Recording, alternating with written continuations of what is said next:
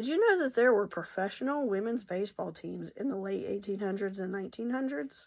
Before a league of your own and there was no crying in baseball, there were women who were playing baseball against male teams. Bloomer Girls refers to professional women's teams that traveled the country from the late 1800s through the 1930s.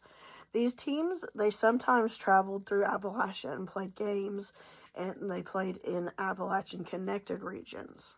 Newspaper records show that Bloomer Girl teams played local men's amateur and semi-pro teams in places like Kentucky, Ohio, Western Pennsylvania, and other rail-connected towns where baseball already had an audience back in the day. The clothing mattered. It allowed women to run, slide, and throw in public at a time where that fashion was controversial, and these are some pictures of it I'm sharing. For young single women, Bloomer Girls Baseball offered a very rare opportunity. It was paid employment, women got to travel, and they got a level of public visibility that most women were never allowed. They were in the newspapers, they were being talked about publicly, they were kind of famous for that time period.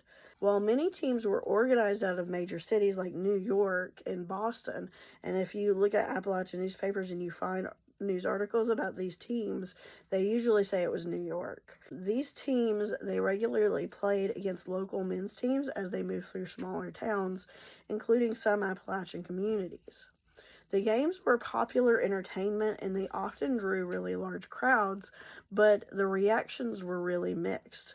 And these women were really brave to do what they did because there were some that attracted such large crowds and a lot of people didn't like them.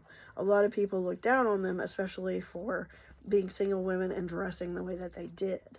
Some newspaper articles praised their skills. Others dismissed their contests as farces, especially as it became known that certain teams included male players called toppers who played disguised as women. So they would have women's teams, but they would also have men dressing as women to kind of help the girls out. By the 1930s, Bloomer Girls baseball, it was starting to fade. The Great Depression, it reshaped all of society, it reshaped entertainment, and men's professional baseball was reorganized. That left little space for women. So they were kind of pushed out of it, basically. But for a really long time, women were playing baseball publicly, getting paid, and they were taking the field across the United States. And it's just a really cool part of women's history.